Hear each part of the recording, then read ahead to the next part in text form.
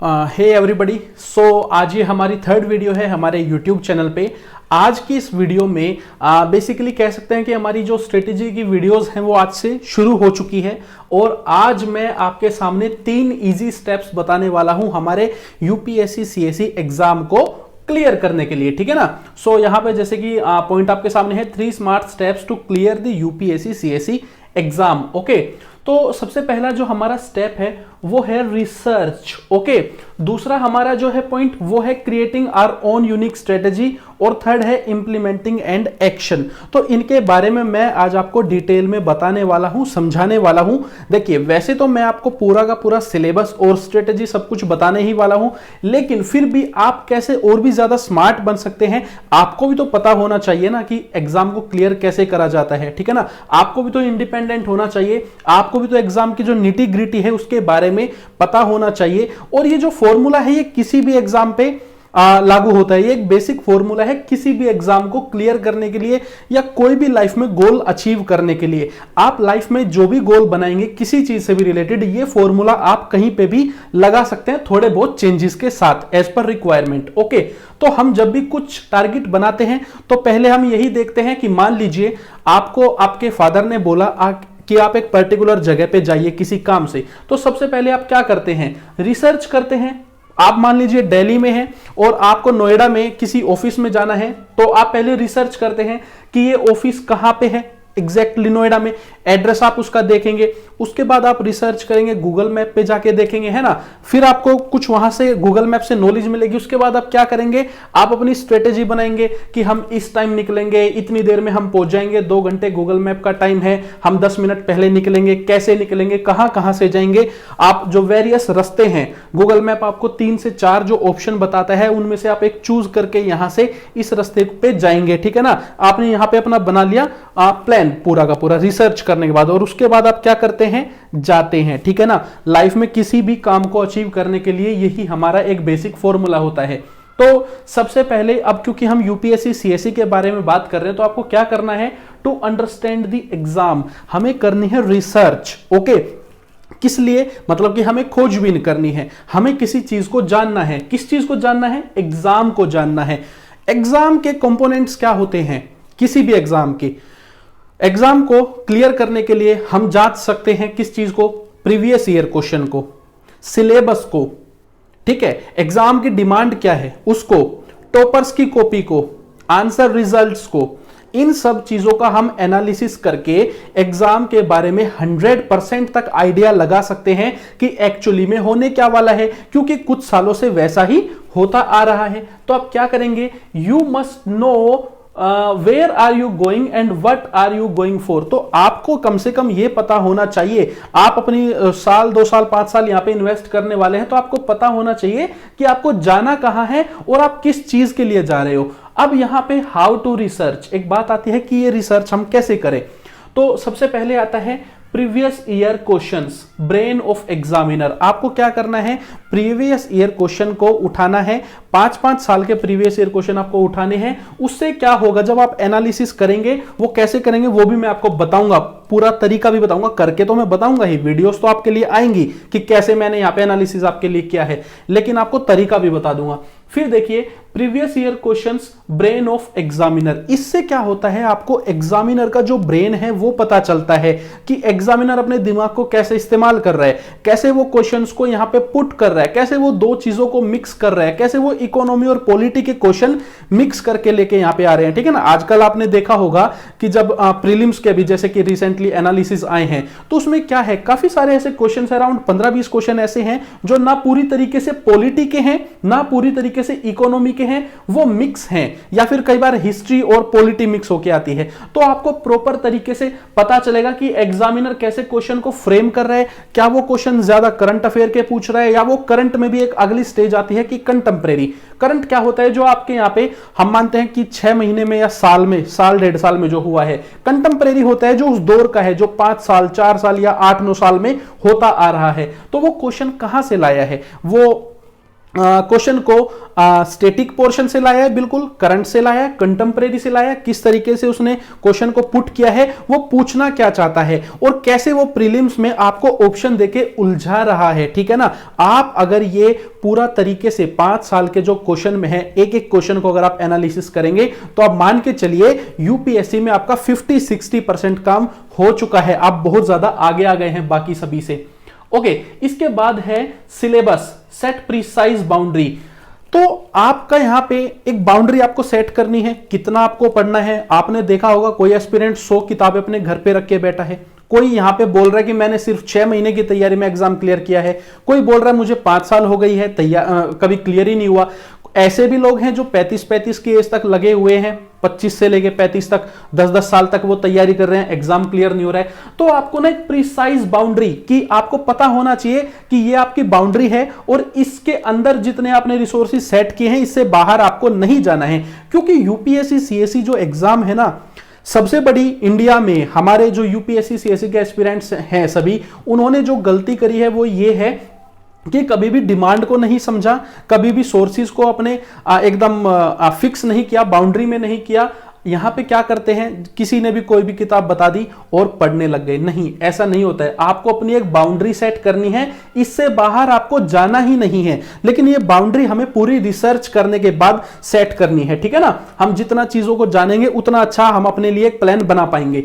तो ये हो गया आपका सेट प्रिसाइज बाउंड्री। सिलेबस आपने पूरा पढ़ लिया, सिलेबस को इलेबोरेट कर लिया, उसके एक एक कीवर्ड्स के बारे में आप जानते हैं। अब आपको पता है आपको पढ़ना क्या है और क्या नहीं। फिर आप क्या करेंगे, सिलेबस आपने पूरा एक बार पढ़ने के बाद दोबारा से प्रीवियस ईयर क्वेश्चंस आप देखेंगे, वो सारा तरीका मैं आपको बताऊंगा। ठीक है ना, उससे आपका क्या होगा, सिंक हो जाएगा। प्रीवियस ईयर क्वेश्चन से जो आपने समझा, आपने लर्न किया वो, और आपका जो सिलेबस है, ये चीजें दोनों सिंक हो जाएंगी। आपको एक अलग तरीके का यहां पे एनालिसिस करने को मिलेगा। ठीक है, फिर है toppers copy, realising you can do. आपको फिर यहां पे टॉपर्स कॉपी को पढ़ना बहुत ज्यादा जरूरी है। इससे क्या होता है, सबसे पहले तो एक बहुत बड़ा हवा होता है कि पता नहीं जो टॉपर्स होते हैं वो कहां से, कौन से प्लेनेट से आए हैं, किस तरीके के वो आंसर लिखते हैं, उनमें तो पता नहीं कितना ही दिमाग होता होगा, उनकी हैंडराइटिंग तो पता नहीं कैसी फूलों जैसी होती होगी, है ना, और पता नहीं किस किस्म के वहम हमारे अंदर है। आप अलग अलग एस्पिरेंट से बात करिए, आपको पता चलेगा अलग अलग सबके दिमाग में बातें बनी हुई है। तो टॉपर्स की कॉपी देखने के बाद आपको पता चलेगा कि आप अपने आप को यही बोलोगे सबसे पहले कि ये तो हम भी कर सकते हैं। ठीक है, थोड़ी पढ़ाई करने के बाद किसी भी टॉपिक की ये काम तो हम भी कर सकते हैं, तो आपको एक अलग लेवल का कॉन्फिडेंस भी आएगा। इसमें क्या होता क्या है, आप देखेंगे कि एक टॉपर की हैंडराइटिंग कैसी हो सकती है। आप देखेंगे कि इतनी ज्यादा अच्छी हैंडराइटिंग की भी यहाँ पे नीड नहीं थी, फिर भी इन्होंने टॉप कर लिया। आप देखेंगे कि इन्होंने कैसे अपने आंसर को पुट किया है, कैसे इन्होंने एनालिसिस किया है, अच्छा किया है, बुरा किया है। ठीक है, ये सारी चीजें मतलब काफी कुछ आपको यहाँ पे जानने को मिलेगा।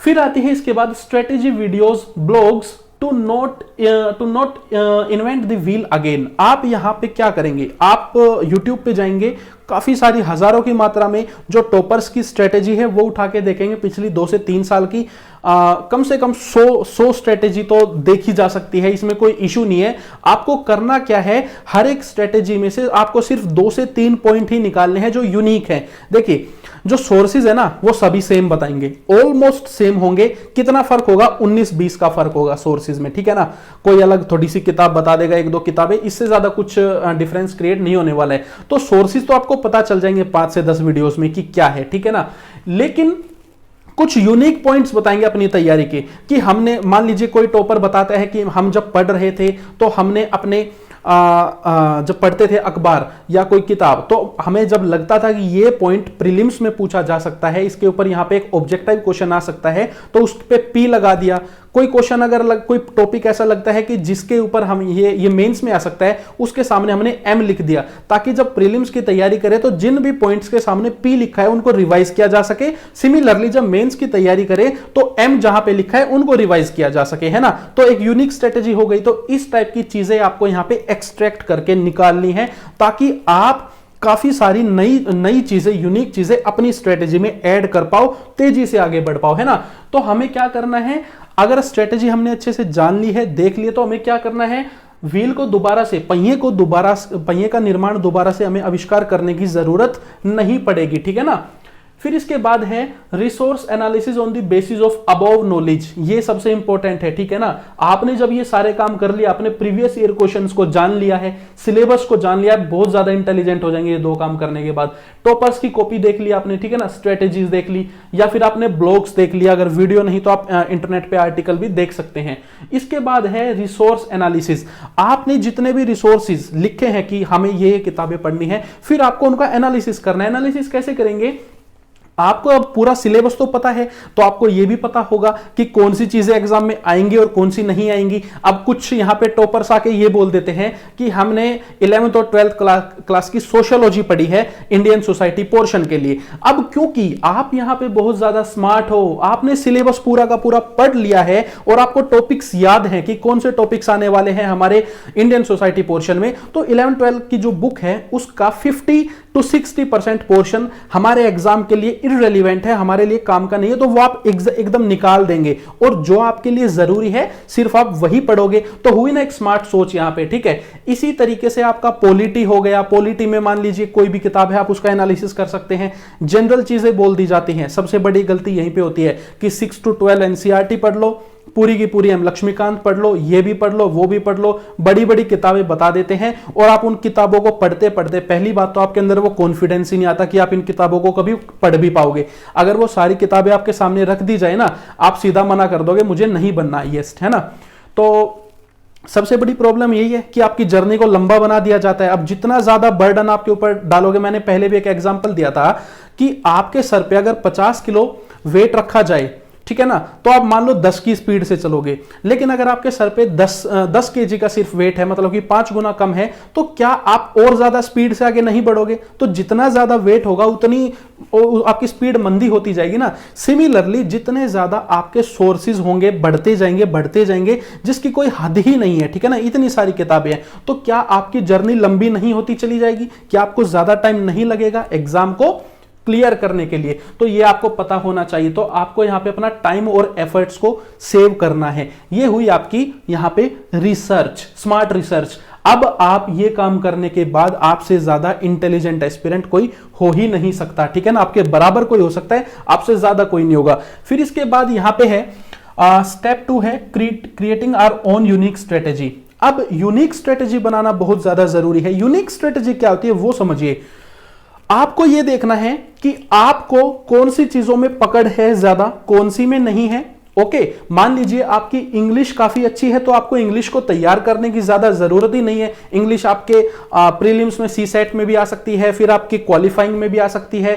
वैसे भी जनरली आपको हो सकता है आंसर राइटिंग इंग्लिश में ही करनी तो हो सकता है आपको वहां पे टाइम ना लगाना पड़े ज्यादा। सिमिलरली हिंदी के साथ हो सकता है, आपको हिंदी अगर अच्छी आती है तो आपको फिर हिंदी क्वालिफाइंग के लिए पढ़ने की जरूरत नहीं है। फिर आप देख सकते हैं कि मान लीजिए आपने ऑप्शनल चूज किया है PSIR, है ना, पॉलिटिकल साइंस जो आपका ऑप्शनल है वो आपने चूज किया है, और वही आपका ग्रेजुएशन का और 11th-12th क्लास का भी मेन सब्जेक्ट था, तो उसमें आपको फिर कम टाइम लगाने की जरूरत है। तो यूनिक का मतलब ये है कि आप अपनी नीड को समझेंगे, काम जरूरत के हिसाब से किए जाते हैं, है ना।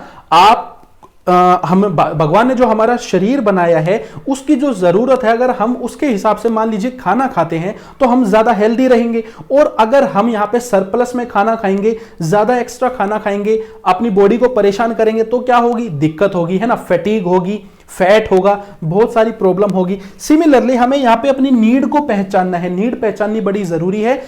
देखिए, ये मान लीजिए यहां पे यूपीएससी है, ठीक है ना, ये यहां पे सक्सेसफुल लाइन है कि आप सक्सेस हो गए। किसी को यहां से चल के आना है, किसी को यहां से, और किसी को यहां से, सब एक जगह पे नहीं है, सबकी जर्नी कहीं और से शुरू होती है। आपके बैकग्राउंड पे और इन सब चीजों पे डिपेंड करता है। तो आप अपनी एक खुद की यूनिक स्ट्रेटेजी बनाएंगे, अच्छे से आप उसकी तैयारी करेंगे। इन सब के बेसिस पे आपने पहले यहां पे सब कुछ कर लिया है, अब आप स्मार्ट हो गए हैं, अब आप अपनी स्ट्रेटेजी बनाने के लायक है अपनी जरूरत के हिसाब से। फिर इसके बाद 3rd नंबर पे जो हमारा स्टेप है वो है इंप्लीमेंटिंग एंड एक्शन। तो सबसे ज्यादा जरूरी क्या होता है? पहली बात तो यही करना अपने आप में बहुत ज्यादा टफ है, ओके ना। ये वाला काम 1% से भी कम हमारे एस्पिरेंट करते हैं। सीधा क्या करते हैं? जंप करते हैं। मैं एक बार इसको क्लियर कर देता हूं। हाँ, सीधा क्या करते हैं? जंप करते हैं। ये मान लीजिए स्टेयर्स हैं, ये यहाँ पे स्टेयर्स हैं। तो ये वाला जो हमारा रिसर्च वाला पोर्शन है ये यहाँ पे आता है, ये वाला स्टेप 2 है, ये स्टेप 3 है। हम क्या करते हैं, रिसर्च ना करके, यही होता है ना, आप रिलेट कर पाएंगे, कमेंट में नीचे करके बताना अगर आप रिलेट कर पा रहे हैं। तो होता क्या है, हम सीधी अपनी स्ट्रेटेजी बना लेते हैं सिर्फ कुछ वीडियोस देख के या किसी की सुन के, है ना। हम क्या करते हैं, जंप करते हैं। हमें जंप नहीं करना है, हर एक स्टेप की अपनी खुद की इंपॉर्टेंट अहमियत है, ठीक है ना। आप किसी भी स्टेप को जंप करके आगे नहीं जा पाओगे। तो आपको पहले 1 पे जाना है, 1 से 2, 2 से 3, ऐसे आप आगे बढ़ेंगे तो ज्यादा अच्छा रहेगा, आप एक बार में एग्जाम को क्लियर कर पाएंगे, ठीक है ना। आप अच्छे से समझ पा रहे हैं आई थिंक। चलिए फिर इसके बाद है यहां पे इंप्लीमेंटिंग एंड एक्शन। तो आपको यहां पे अब इंप्लीमेंट करना है, एक्शन लेना है अपनी स्ट्रेटेजी बनाने के बाद, तो वो है आपका थर्ड स्टेप। तो ये काम ही पहली बात मैं बता रहा था कि काफी कम लोग कर पाते हैं, सीधा यहां से शुरू करते हैं और फिर बात जब आती है इंप्लीमेंट और एक्शन कर लेने की, तब क्योंकि आपने अच्छे से रिसर्च करके स्ट्रेटेजी कभी बनाई ही नहीं थी, तो आप यहां पे इंप्लीमेंट भी नहीं कर पाओगे अच्छे से, एक्शन भी नहीं ले पाओगे, आप दुविधा में फंसे रहोगे। आपके सामने डेली कुछ ना कुछ नई प्रॉब्लम्स आती रहेगी। लेकिन अगर आपने ये वाला काम किया हुआ है तो आप उस एनालिसिस के दम पे थोड़ा सा सोच के अपनी प्रॉब्लम में से निकल जाओगे और आप अपने एक्शन लेते रहोगे। फिर आपका ग्राफ कुछ ऐसा रहेगा, आपका ग्राफ फिर कुछ ऐसा रहेगा, ठीक है ना, ऐसा कुछ ऐसा रहेगा। फिर आप ये नहीं करोगे कि आपने शुरू तो किया और फिर सीधा एकदम से माइनस में चले गए, मतलब कि आपने 2 दिन अच्छी पढ़ाई करी और फिर आपका यहां पे नेगेटिव में ग्राफ चला गया, उसकी जरूरत नहीं पड़ेगी। तो कोई भी स्टेप यहां पे हमें मिस नहीं करना है। ओके, चलिए इसके बाद है we will make separate unique strategies for each portion and sub portion. अब ये तो हो गया कि हमें अपनी यूनिक स्ट्रेटेजी बनानी है ना। अब ये है कि मान लीजिए हिस्ट्री के लिए एक अलग ही अप्रोच होगी, पॉलिटी के लिए एक अलग ही अप्रोच होगी। तो आपको वेल डिफाइन करना है हर एक सब्जेक्ट या फिर उसके जो पोर्शन है। मान लीजिए हिस्ट्री में आर्ट एंड कल्चर है, मिडिवल है, मॉडर्न है, एंशिएंट है और आपकी वर्ल्ड हिस्ट्री है। 5 पोर्शन है और एक अपना क्या बोलते हैं, पोस्ट इंडिपेंडेंट वाला पोर्शन भी है, ठीक है ना। तो आपको सभी के लिए एक अच्छी स्ट्रेटेजी बनानी है। जैसे कि स्ट्रेटेजी क्या हो सकती है कि भाई सबसे इंपॉर्टेंट है मॉडर्न हिस्ट्री, सबसे ज्यादा मॉडर्न। मान लीजिए अगर टोटल हिस्ट्री आपकी 100 नंबर की आती है तो उसमें से 70-80 नंबर की आपकी मॉडर्न हिस्ट्री होती है, प्रीलिम्स और मेंस को मिला के, है ना। तो आप यहां पे मॉडर्न हिस्ट्री पे ज्यादा फोकस करेंगे, उसके लिए आप ज्यादा यहां पे ध्यान देंगे। मिडिवल और एंशिएंट के ऊपर आप थोड़ा कम ध्यान देंगे। ओके, उसके नोट्स भी आपको बनाने की जरूरत नहीं है, लेकिन मॉडर्न हिस्ट्री के लिए आप नोट्स बना सकते हैं क्योंकि मेंस में आती है। मिडिवल और एंशिएंट की आप किताबें सिर्फ हाईलाइट करके छोड़ देंगे तो भी आपका काम चल जाएगा। वर्ल्ड हिस्ट्री में आपको स्पेसिफिक कंटेंट पढ़ना है, उसके लिए कोई किताब नहीं पढ़नी। तो आप ये सारी चीजें अच्छे से subject wise, topic wise, portion wise अपनी डिफाइन कर देंगे। जब आपके सामने कोई चीज अच्छे से डिफाइन होती है तो आप उसको अच्छे से इंप्लीमेंट भी कर पाते हो। आपका विजन क्लियर होना चाहिए, मेरा कहने का सिर्फ ये मतलब है यहां पे। फिर है how much time it takes to complete the syllabus. एक कमेंट भी आया था अभी यूट्यूब पे, मैंने पढ़ा, और आप सभी के मन में एक क्वेश्चन आता है कि कितना टाइम लगेगा सिलेबस को कंप्लीट करने के लिए। तो आप बताइए, पहले आप सोचिए कितना टाइम लगता है सिलेबस को कंप्लीट करने के लिए। सोचिए जरा, 6 महीने, 1 साल, 2 साल, 5 साल, 2 महीने, कितना टाइम लगेगा? ये डिपेंड करता है आपके ऊपर, आपके पढ़ने के तरीके के ऊपर, the way you study. Okay, मान लीजिए आपने सारे स्टेप्स, पढ़ने के कुछ स्टेप्स होते हैं अच्छे से, है ना, उनको फॉलो करके अगर आप पढ़ते हो तो ऐसा भी बच्चा होगा जिसको 1 बार में कंटेंट समझ में आ जाएगा, ऐसा भी होगा जिसको 2 बार में आएगा, और ऐसा भी होगा जिसको 4 बार में भी समझ में ना आए। तो क्या कोई फिक्स टाइम होता है सिलेबस को कंप्लीट करने का? नहीं होता। लेकिन अगर सभी को पढ़ने का अच्छा तरीका आए, जिसके ऊपर मैं वीडियोस बना दूंगा, एक वीडियो बना दूंगा, एक लंबी सी वीडियो आ सकती है, अगर आप वो जानना चाहते हैं तो आप नीचे कमेंट करके बता देना, ठीक है ना। तो उससे क्या होगा, सभी आप एक बार में चीजों को समझ पाओगे। तो ये हो गया। फिर आपके कितने मंथ लगेंगे, ये इस पे भी डिपेंड करता है कि आप रिवाइज कैसे करते हैं, कितने अच्छे से आप रिवाइज करते हैं। मान लीजिए आपने एक बार एक चीज को पढ़ के समझ लिया, आपने उसको सही इंटरवल पे रिवाइज कर लिया, रिवाइज आप करते गए, तो उससे क्या होगा, आप उसको कभी भूलेंगे ही नहीं, क्योंकि पढ़ाई से ज्यादा इंपॉर्टेंट है उसको कंसोलिडेट करना। आपने पढ़ तो लिया, लेकिन क्या आपने उसको अपने दिमाग में एक जगह दी है, क्या आपने उसको एक लॉन्ग टर्म मेमोरी में शिफ्ट कर दिया है? तो इन सब चीजों के ऊपर डिपेंड करता है। तो हमारा जो टारगेट है वो अभी भी सेम है, वही है 7 से 8 महीने में पूरा सिलेबस फिनिश कर देना है, जो कि बहुत ज्यादा ईजी है। ओके, क्योंकि क्यों इजी है? एक तो हमारा पढ़ने का तरीका बड़ा अच्छा है, ठीक है ना, पहला तो हुआ हमारा हमारा जो तरीका है वो बड़ा अच्छा है पढ़ने का। दूसरी जो चीज है वो है आपका रिवीजन, और जो तीसरी चीज है ना वो है प्रिसाइज। हम फालतू की चीजें पढ़ने ही नहीं वाले, एग्जाम में जो पूछा जाता है सिर्फ वही पढ़ेंगे। आई थिंक आपको क्लियर हो गया ये, ठीक है ना। फिर है द मेजर प्रॉब्लम, सबसे बड़ी प्रॉब्लम क्या है मैंने बता दिया आपको समझ में आ गया, लेकिन सबसे बड़ी मेजर प्रॉब्लम फिर भी रुकी हुई है कि ये वाला काम आप कैसे करेंगे। कहने में बड़ा इजी है लेकिन इसको करना बड़ा ही अपने आप में टफ है। प्रीवियस ईयर क्वेश्चंस, 5 साल के प्रीलिम्स के, 5 साल के मेंस के, दिमाग गर्म हो जाएगा 2 घंटे करने में ही, है ना। तो ये आपके लिए वीडियोस अब आएंगी, डोंट वरी, है ना। सिलेबस आप पढ़ लेंगे लेकिन क्या आप उसको इलेबोरेट कर सकते हैं? नहीं, आप उसको इलेबोरेट शायद नहीं कर पाएंगे आप में से 99%, तो वो भी आपके लिए आ जाएगा। हाँ, अगर आप ज्यादा हार्डवर्क करते हो, ज्यादा अगर आप मेहनत करते हो तो फिर आप ये सारे काम कर सकते हो, ठीक है ना। चलिए, तो टॉपर्स की जो कॉपी है वो भी हम यहाँ पे रीड करेंगे, हम एनालिसिस करेंगे। मैं आपके सामने लाइव रीड करके दिखाऊंगा कि इसमें क्या यूनिक पॉइंट है। लाइव सेशन वो लेंगे, उसमें पता चलेगा, ठीक है ना। तो ये सारी चीजें आपके लिए आ जाएंगी। सबसे जो मेजर जो मुश्किल काम है वो यही है, लेकिन हम इसको इजीली कर लेंगे, डोंट वरी। ओके, फिर इसके बाद देखिए तरीका क्या है, थोड़ा सा तरीका और इलेबोरेट कर देता हूं आपके लिए। Analyse 5 years previous year questions of mains and write the analysis. जब अगर आप खुद करना चाहते हैं तो थोड़ा सा तरीका मैं आपको बता रहा हूं यहां पे कि आपने क्या किया, 2000 मान लीजिए 16 से लेके या 15 से लेके आपने मेंस के जो क्वेश्चन है GS 1 2 3 4 वाइज, है ना, GS 1 वाइज 2 वाइज 3 वाइज ऐसे करके आप यहां पे क्वेश्चन पेपर डाउनलोड करेंगे, या कोई बुकलेट आप खरीद सकते हैं, बुक्स आती है अरिहंत वगैरह की, वो भी आप ले सकते हैं, ठीक है। तो आप यहां पे क्या करेंगे, एक एक क्वेश्चन को, एक एक जीएस के एक एक क्वेश्चन को आप एनालाइज करेंगे। आप देखेंगे क्वेश्चन का मतलब क्या है। हमें क्वेश्चन समझना बहुत ज्यादा जरूरी है।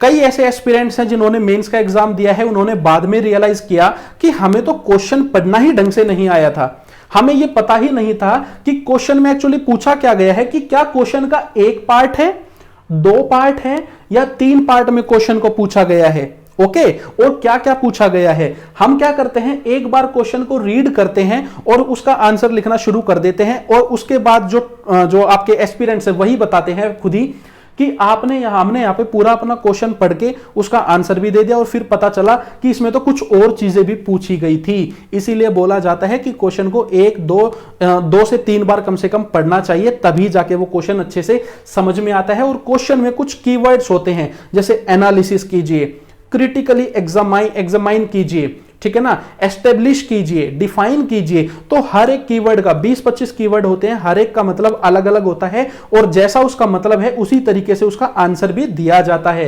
ओके, वो भी मैं आपको बताऊंगा। तो एनालाइज करना है हमें 5 साल के क्वेश्चंस को, और जो भी हम एनालाइज करेंगे, हम पहले क्वेश्चन को देखेंगे, उसमें से हाईलाइट करेंगे, कीवर्ड निकालेंगे एक एक करके, कि फिर आप समझोगे क्वेश्चन में पूछा क्या गया है। उसके बाद आप उसके ऊपर थोड़ी रिसर्च इंटरनेट पे जाके भी कर सकते हो, उस क्वेश्चन को टाइप करके, तो आपको पता चल जाएगा कि क्वेश्चन एक्चुअली आया कहां से था और ये कैसे आया था, ठीक है ना। तो आपको ये करना है।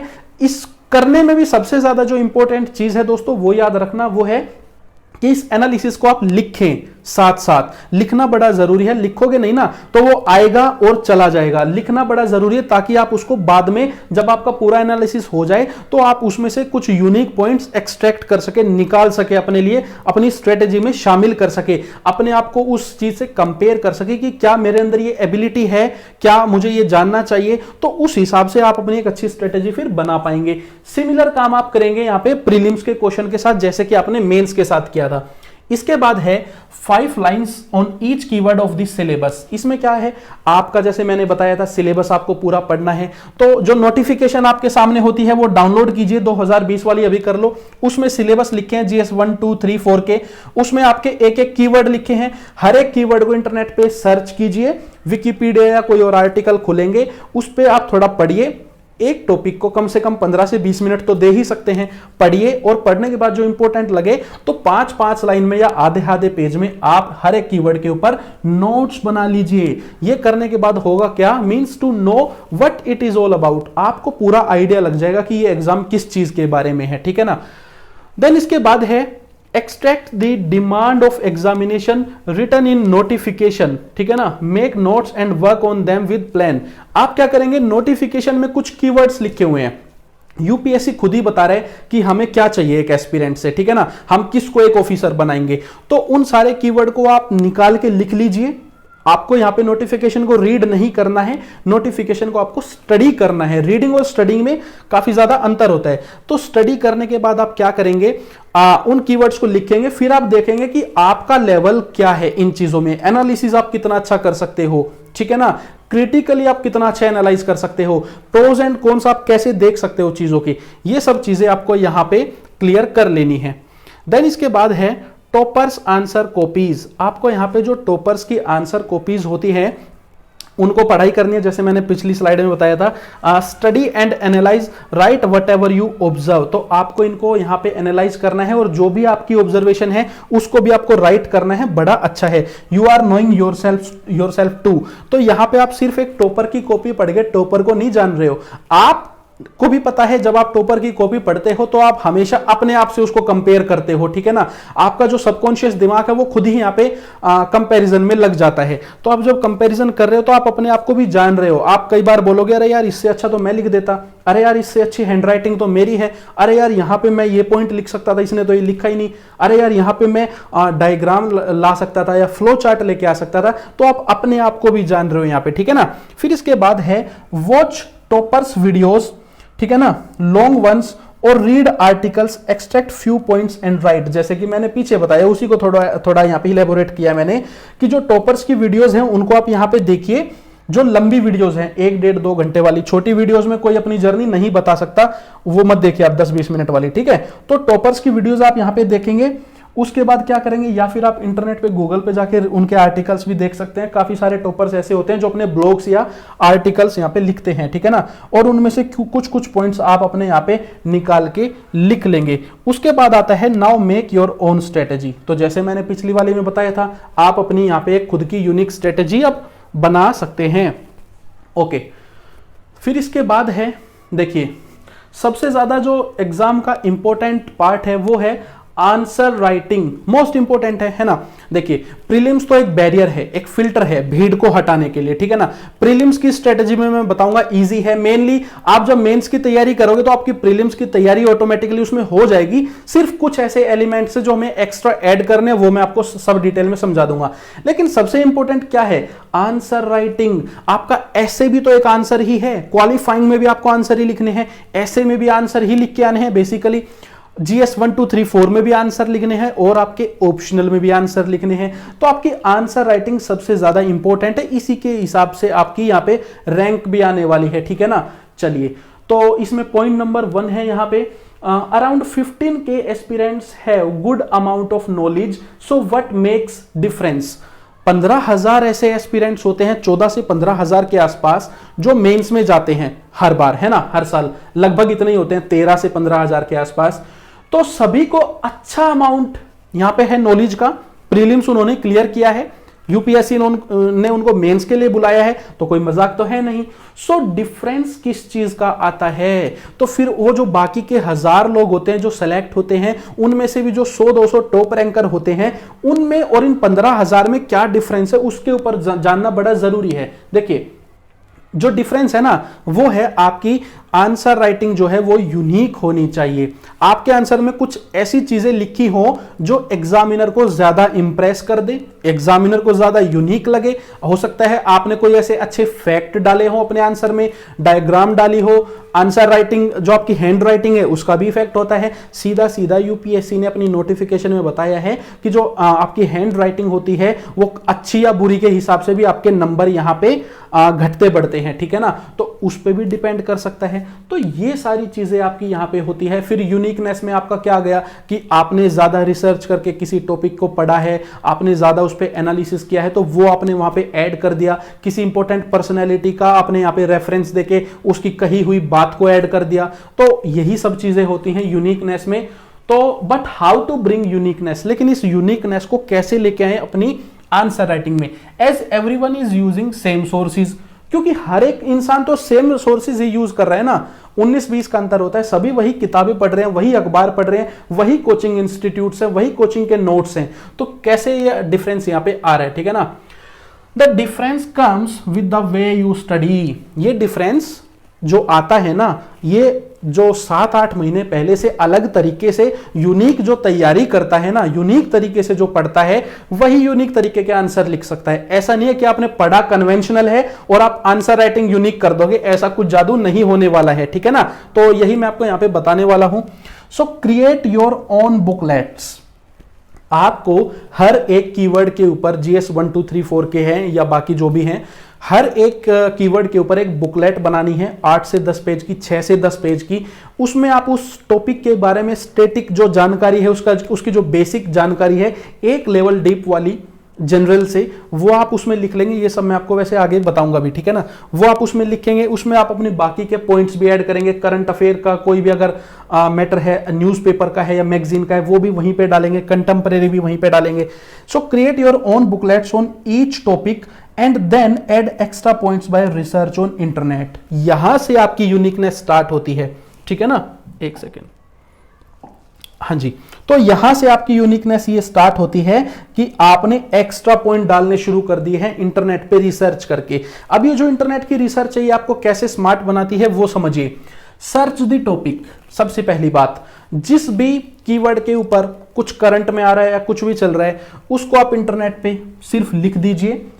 उस पे आपको सैकड़ों आर्टिकल्स देखने को मिलेंगे। जो टॉप आर्टिकल्स होंगे, टॉप राइटर्स के द्वारा, एडिटर्स के द्वारा या किसी के भी द्वारा, किसी मीडिया के द्वारा, वो आपको शुरू के पेजेस पे देखने को मिल जाएंगे, 1-2 पेजेस पे, ठीक है ना। आप क्या करेंगे, रीड रिलेटेड आर्टिकल्स, आप उन आर्टिकल्स को रीड करेंगे। अब इससे पहले आपका एक खुद का पॉइंट ऑफ व्यू भी होना चाहिए था वहां पे। आप भी कुछ उस मुद्दे के बारे में सोचते होंगे। इंडिया चाइना का इशू हो गया, इंडिया यूएस का रिलेशन हो गया, कुछ भी हो गया, इकोनॉमी में लगा लीजिए, ठीक है ना, किसी भी चीज में लगा लीजिए। फिर आप यहां पे, अब आपके खुद की एक ओपिनियन तो है, क्योंकि आपने स्टैटिक भी पढ़ा है, अखबार भी पढ़ा है और रिसोर्सेज से भी आपने पढ़ा है। अब यहां पे आप क्या करेंगे, रिलेटेड आर्टिकल्स को पढ़ेंगे। अब आप क्या कर रहे हैं, बेसिकली अपने से अलग और भी ज्यादा जो नजरिए हैं, जो पर्सपेक्टिव है, वो आप पढ़ रहे हैं दूसरे लोगों के, ठीक है ना। यहां पे क्या करोगे, extract whatever seems useful and unique, ठीक है ना। यूनिकनेस नहीं है, ये यूनिक है, ठीक है ना। तो आपको यहां पे जो भी इंपॉर्टेंट लगे, यूजफुल लगे, कि आपको लगे हाँ ये मैं अपने नोट्स में मुझे ऐड करना चाहिए, उसको आप अपने नोट्स में ऐड करेंगे। ये आपका यूनिक चीज हो गई। फिर है you can write your analysis as well. आप इसके बारे में अपना एनालिसिस भी लिख सकते हैं कुछ लाइनों में अपने उन्हीं नोट्स के अंदर, ये भी बड़ा अच्छा रहेगा। Then you can create UPSC like questions as well.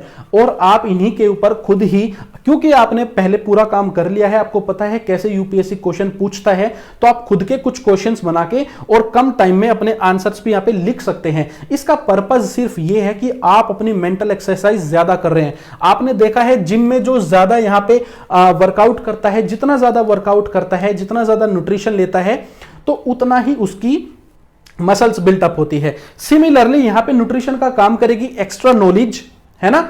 Extra knowledge अगर आप ले रहे हो वो आपके लिए न्यूट्रिशन है। और जो एक्सरसाइज है उसको आप कंपेयर कर सकते हैं जो आप अपना दिमाग खर्च कर रहे हैं करने में। तो आप जितना ज्यादा ये करेंगे, आपका दिमाग उतना ज्यादा एबल होता जाएगा, डेवलप होता जाएगा। See other sides of the story. अब यहां पे आपको उसी चीज के बारे में, जिसके बारे में आपका एक नजरिया था, आपको अलग नजरिए भी देखने को मिल रहे हैं, बाकी के नजरिए, ठीक है ना। तो ये भी बड़ा इंपॉर्टेंट है। आपकी जो राय है वो एक काफी अच्छी राय बन जाएगी कई लोगों की राय पढ़ के, ठीक है ना। फिर है take this as curious and fun activity, take interest in it. अब ये कोई बोरिंग काम तो है नहीं, ये एकदम मजे का काम है। तो इसको एक क्यूरियस एक्टिविटी की तरह लीजिए आप। जब आप ये इंटरनेट पे रिसर्च करें तो आपको ये सोच के जाना है कि हाँ मैं इसके बारे में ये सोचता हूं, अब देखता हूं क्या नई चीज यहां पे मुझे पढ़ने को मिलती है, क्या सीखने को मिलता है, ठीक है ना। तो एक फन एक्टिविटी के तरीके से इसको लेंगे हम। एंड टेक इंटरेस्ट, इसके अंदर हम यहां पे पूरा इंटरेस्ट भी लेंगे। फिर देखिए everybody is following this same path but this is your age. तो यहां तक जो बाकी के काम थे, यहां तक तो सभी एक ही काम कर रहे थे, मैंने आपको बताया था। सभी यहां पे क्या बोलते हैं, गुड अमाउंट नॉलेज है, सभी को सेम चीजें पढ़ रहे हैं, तो आपका यहां पे ये नई एज आ गई, आपको यहां पे ज्यादा एडवांटेज हो गई, ठीक है ना, क्योंकि आपके पास एक तो कंटेंट एक्स्ट्रा हो गया, ज्यादा रिसर्च कंटेंट हो गया, ऊपर से आपकी मेंटल एबिलिटीज भी आपने ज्यादा बढ़ा ली। So now your opinion is an opinion of well researched, है ना, यू हैव पर्सपेक्टिव नाउ, ये यहां पे नो नहीं है, ये नाउ है, तो अब आपके पास एक अलग नजरिया आ चुका है। देन इसके बाद है 5th नंबर पे देखिए, रिसर्च मींस, रिसर्च का मतलब क्या होता है, गोइंग वन लेयर डीपर, है ना, मैंने यहां पे पूरा बताया, दोबारा से थोड़ा सा इसको रिपीट कर देता हूं कि आप एक लेयर डीप जा रहे हो, थोड़ा सा और अंदर आप चीजों के घुस रहे हो, forcing your brain to think more, आप अपने दिमाग को और ज्यादा फोर्स करने पे सोच रहे हो। चलिए इसको थोड़ा रिलेट करते हैं, बाकी के लोगों ने, एस्पिरेंट्स ने अखबार पढ़ा, मैगजीन पढ़ी, स्टैटिक पोर्शन पढ़ा या कोई वीडियो देख ली, ठीक है ना, ओके, वो उनकी लिमिट थी, वो यहां तक थे और आप भी इन्हीं के बराबर में थे। अब जब आपने ये एक एक्स्ट्रा स्टेप लिया तो आप एक लेयर और ज्यादा डीप चले गए, ठीक है, आपने ज्यादा सोचने की कोशिश करी, दिमाग को ज्यादा इस्तेमाल किया। With thinking comes the great ability to analyse, और जब क्योंकि आपने यहां पे थिंक किया, ज्यादा सोचा, तो आपकी एनालिसिस की जो कैपेबिलिटी है वो भी काफी ज्यादा बढ़ गई। देन इसके बाद है be in the shoe of an officer, okay, ये कहावत है, यूपीएससी में आजकल ये काफी प्रचलित है कि यहां पे जो ऑफिसर होते हैं उनके तरीके से सोचना, उनके तरीके से जीना, ठीक है। तो इसमें देखिए, 1 case study every 3rd day, आप एक UPSC IAS officer, IPS officer, whatever you want to be, उनके तरीके से आप कैसे सोच सकते हैं, आप उनके द्वारा जो केस स्टडीज आती है, जो इंटरनेट पे भारी मात्रा में अवेलेबल है, उन केस स्टडीज को आप यहां पे पढ़ेंगे हर तीसरे दिन। ये आपके लिए एक फन एक्टिविटी होगी, फन में आप बहुत ज्यादा एनालिसिस करना सीख जाओगे, एक ऑफिसर की तरह सोचना सीख जाओगे, आपका टेम्परामेंट, आपका दिमाग वैसा ही होता चला जाएगा। इसमें क्या करना है, चूज डाइवर्स टॉपिक्स, ऐसा नहीं है कि डेली एक ही तरीके के टॉपिक्स आप यहां पे लेने लग गए, ठीक है ना, डाइवर्स टॉपिक्स आपको चूज करने हैं। यहां पे officers are selected and not created, इस बात को याद रखना, यूपीएससी ऑफिसर्स को सेलेक्ट करता है ना कि क्रिएट करता है। आप कभी ये सोचो कि पहले एस्पिरेंट्स सक्सेसफुल होते हैं, उनको सेलेक्ट किया जाता है, उनके बाद उनकी ट्रेनिंग होती है और वो ऑफिसर बनते हैं, नहीं, उनके अंदर जो वो क्वालिटीज हैं, जो स्किल्स हैं, वो पहले से ही आ जाती है, और वो कैसे आती है वो मैंने आपको बता दिया, उनकी तो बाद में सिर्फ थोड़ी सी ट्रेनिंग होनी हुई रहती है, ठीक है। चलिए इसके बाद है व्हाट आई वांट, ठीक है, एक second, what I want when you sit in prelims, मैं क्या चाहता हूं जानिए, जब आप प्रीलिम्स में बैठेंगे, you must have diverse coverage, आपकी जो नॉलेज की कवरेज है वो बहुत ज्यादा डाइवर्स होनी चाहिए, जितनी ज्यादा डाइवर्स होगी उतने ज्यादा आप क्वेश्चन यहां पे अटेम्प्ट कर पाएंगे, ठीक है। वेल प्रैक्टिस्ड विद मॉक्स, ये विद है यहां पे, वेल प्रैक्टिस्ड विद मॉक्स, आपने बहुत ज्यादा प्रैक्टिस की है, 1 से 2 महीने, करीब 50 से 60 दिन तो होनी चाहिए, आपने मॉक टेस्ट दिए हैं, मॉक टेस्ट से आपने काफी कुछ लर्न भी किया है, तो मैं चाहता हूं कि आप एकदम वेल प्रैक्टिस होके वहां पे जाएं, ठीक है ना।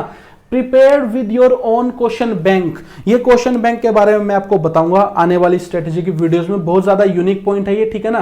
तो आपके पास एक खुद का क्वेश्चन बैंक होना चाहिए, आपको हर एक चीज जो आपने सोर्सेज में पढ़ी थी वो याद होनी चाहिए, वो कैसे होगी वो मैं आपको बताऊंगा। फिर है एलिमिनेशन विद हाई स्पीड, ये सबसे ज्यादा इंपॉर्टेंट है, सारा टाइम का मैटर है, ठीक है ना। यूं तो उन 100 क्वेश्चन को हो सकता है 4 घंटे में कोई एस्पिरेंट क्लियर कर ले, सोल्व कर ले, लेकिन यहां पे टाइम का खेल है, आपको सिर्फ यहां पे 120 मिनट मिली है 100 क्वेश्चंस को सोल्व करने के लिए, तो आपकी जो एलिमिनेटिंग स्पीड है ना, कि गलत जो ऑप्शंस है उनको निकालना, वो बहुत ज्यादा अच्छी होनी चाहिए, ठीक है। फिर है जो गलत पॉइंट्स है उनको निकालना। क्विक डिसीजन मेकिंग, आपको यहां पे जो डिसाइड करने की आपकी एबिलिटी है वो बहुत ज्यादा इंप्रूव करनी पड़ेगी, क्योंकि आपको 120 मिनट में 100 डिसीजन लेने होते हैं, है ना, 100 क्वेश्चन है तो 100 बार आपको डिसाइड करना होता है कि क्या सही है क्या गलत है, तो आपकी ये जो डिसाइड करने की एबिलिटी है इसको आपको इंप्रूव करना है। सेकंड नंबर पे देखिए, When you sit in mains, जब आप मेंस में बैठेंगे तब मैं क्या चाहता हूं वो समझिए, you must have strong static knowledge of each keyword. पहली बात है, आपके पास हर एक कीवर्ड के बारे में नॉलेज है, डीप नॉलेज है। इसका मतलब क्या है इस डीप नॉलेज का और हर एक कीवर्ड के बारे में नॉलेज का, कि आपने क्योंकि सब कुछ पढ़ा हुआ है तो यूपीएससी कभी भी अपने सिलेबस से बाहर तो जाता नहीं, मेंस में खास करके, ठीक है ना। तो उसमें क्या होगा, आपका कोई भी क्वेश्चन छूटने के चांस नहीं रहेंगे। आपको कुछ ना कुछ तो उस क्वेश्चन के बारे में पता ही है जिससे आप अपना आंसर लिख सकते हैं। ओके, वेल रिवाइज्ड, अच्छे से आपने रिवीजन किया हुआ है बहुत अच्छे तरीके से। योर बुकलेट्स विद स्टैटिक, आपकी जो बुकलेट्स हैं, मैंने बताया ना आपको, वो बुकलेट्स मैं आपको अच्छे से एक किसी वीडियो में बताऊंगा। Your booklets with static current contemporary unique research points must reflect in your brain. आपके जो बुकलेट्स हैं, जो आपने नोट्स बनाए हैं बेसिकली अलग अलग टॉपिक के ऊपर, जिसमें उसकी स्टैटिक नॉलेज है, करंट अफेयर उससे जो रिलेटेड है उसकी नॉलेज है, कंटेम्प्रेरी की नॉलेज है, और जो आपने यूनिक पॉइंट रिसर्च करके लिखे थे उनकी नॉलेज है, वो यहाँ पे आपके दिमाग में मेंस में रिफ्लेक्ट होनी चाहिए पूरी की पूरी। अगेन रिवीजन वाला पॉइंट आ गया, ठीक है। फिर ये है you are showing great ability to think and analyse. यहां पे मैं चाहता हूं कि जब आप मेंस में बैठे हैं ना, तो आप अपनी ग्रेट एबिलिटी, यहां पे शानदार एबिलिटी शो करें सोचने की और एनालाइज करने की। आफ्टर ऑल इसी का सबसे ज्यादा मैटर है, ठीक है। Then you are confident enough as you practise a lot. अब यहां पे आप बहुत ज्यादा कॉन्फिडेंट भी है क्योंकि आपने प्रैक्टिस बहुत ज्यादा करी है, ठीक है। तो यहां पे देखिए, means you have achieved all three things. किसी भी आंसर राइटिंग के लिए जो सबसे ज्यादा तीन इंपॉर्टेंट पॉइंट्स होते हैं वो होते हैं, पहला है कंटेंट, कि आपको उसके बारे में कुछ पता हो, उस क्वेश्चन के बारे में, उस कीवर्ड के बारे में आपको कुछ पता हो और आपके पास एक कंटेंट होना अवेलेबल है जिसके बिहाफ पे आप अपना आंसर लिख सकते हैं, पहला पॉइंट। दूसरा है प्रैक्टिस, कि आपने प्रैक्टिस किया है, आपको आर्ट जो है, तरीका, जो शैली जो है आंसर को लिखने की वो आती है, आपकी स्पीड प्रॉपर है, और क्योंकि आपने काफी ज्यादा लिखा है तो आपके अंदर कॉन्फिडेंस भी है। और तीसरा है मेंटल एबिलिटीज, सोचने की क्षमता, एनालाइज करने की क्षमता, एक ऑफिसर की जो क्वालिटी होती है, एक जो अवेयर इंसान होता है, कॉन्शियस इंसान होता है, वो वाली आपकी एबिलिटीज। फिर इसके बाद है When you sit in interview, जब आप इंटरव्यू में बैठेंगे तो क्या होना चाहिए, हाईली कॉन्फिडेंट। कॉन्फिडेंस कहां से आता है उसके ऊपर भी एक वीडियोस आएगी, ठीक है ना। कॉन्फिडेंस आता कैसे, वैसे मैंने पहले भी इसके ऊपर एक वीडियो बनाई हुई है, ठीक है। Highly confident. दूसरा है ऑनेस्टी। थर्ड नंबर पे है नॉलेज। फोर्थ नंबर पे है शार्प इंटेलेक्ट, एकदम श्रूड दिमाग जिसको बोलते हैं, शार्प धारदार दिमाग जिसको बोलते हैं, वो आपका होना चाहिए। फिर है suitable and strong personality. Suitable personality का क्या मतलब होता है कि इंटरव्यू में पूछा ही, यही तो जांच की जाती है कि क्या आप इस सर्विस के लिए सुटेबल हो भी या नहीं। ओके, तो सुटेबिलिटी में क्या आ गया, आपकी पर्सनैलिटी स्ट्रॉन्ग होनी चाहिए, आप ऑनेस्ट होने चाहिए, आपको कुछ भी झूठ नहीं बोलना है वरना वहां पे पकड़े जाओगे। मान लीजिए हॉबीज के ऊपर झूठ बोल दिया या किसी और चीज के ऊपर झूठ बोल दिया, ठीक है ना। कॉन्फिडेंस मैंने आपको बता दिया, इस टाइप की चीजें आपके अंदर यहां पे होनी चाहिए। प्रेशर को झेलने की आपकी यहां पे कैपेसिटी होनी चाहिए, ठीक है। फिर power to think and analyse, आपके अंदर क्षमता होनी चाहिए कि आप चीजों के ऊपर सोच सके, अपनी राय रख सके, एनालिसिस कर सके, ठीक है ना। तो इसको भी यहां पे देख सकते हैं, जस्ट थिंक एक एग्जांपल है, if you practice research and case studies. सिर्फ इतना सा सोच के मुझे बताइए कि आपने इन 7 से 8 महीने की तैयारी में अगर आपने अच्छे से रिसर्च किया है खूब सारा, और खूब सारी केस स्टडीज अगर आपने सोल्व की है, जो पैटर्न है पढ़ने का जो मैंने आपको अभी थोड़ा सा जिसके बारे में जानकारी दी है, अगर आपने वो अच्छे से कवर किया है, उसी तरीके से आपने तैयारी की है, तो क्या ये सारी की सारे पॉइंट्स आपके अच्छे से आप डेवलप नहीं कर लोगे? बिल्कुल कर पाओगे, ठीक है ना। तो सबसे बड़ी जो मिस्टेक है वो यही करते हैं एस्पिरेंट्स, एग्जाम की डिमांड को ना समझना, बिल्कुल गलत तरीके से अप्रोच करते हैं। स्टेप्स जो मैंने आपको बताए थे उन स्टेप्स को जंप करते हैं, तो स्टेप को जंप नहीं करना है, स्टेप वाइज जाना है। बार बार मेहनत करने से अच्छा है एक ही चीज के ऊपर एक बार उसको क्लियर करके आगे बढ़े, ठीक है ना। ये बड़ा ज्यादा हमारे लिए यहाँ पे जरूरी है। दूसरी बात एक ये है कि इंटरव्यू की डिमांड क्या है, मेंस की डिमांड क्या है, ये हम सोचते हैं बाद में जाके कि जब इंटरव्यू आएगा तब सोचेंगे, मेंस जब आएगा तब सोचेंगे। नहीं, 2 दिन में 2 महीने में कुछ भी डेवलप नहीं हो जाता है। एक काफी अच्छा खासा लंबा टाइम लग जाता है चीजों को प्रैक्टिस करने में और अपनी पर्सनैलिटी में उनको शामिल करने में, ठीक है ना। तो हमें यहाँ पे इसी तरीके से अप्रोच करना है। हमें जो भी क्वालिटी अपने अंदर डेवलप करनी है, अपना एनालिसिस करना है और उस हिसाब से, नीड के हिसाब से, जरूरत के हिसाब से सभी चीजों को अभी साथ साथ लेके हम चलने वाले हैं। तो आई होप आपको ये वीडियो पसंद आई होगी। आपके जो भी क्वेश्चन है वो कमेंट्स में जाके प्लीज आप पूछिए, उनके ऊपर मैं वीडियोस जरूर बनाऊंगा। जो भी आपके क्वेश्चन है किसी भी तरीके के, ठीक है ना, तैयारी से रिलेटेड हो गया, या इंग्लिश की प्रॉब्लम काफी सारे बच्चों को होती है, स्ट्रेटेजी में कोई इशू है, सिलेबस में कोई इशू है, जो भी वीडियो है, हेल्थ इशू है, कोई ऐसा यूपीएससी एस्पिरेंट्स के लिए कोई अच्छी वीडियो आ सकती है जो कि अपने आप में बड़ी जरूरी है। तो जो भी आप पूछना चाहते हैं वो पूछिए, जो भी आपकी राय है वो राय रखिए, ये मेरे लिए बड़ा ज्यादा जरूरी है और आपके लिए भी, ठीक है ना। So thank you so much and good bye.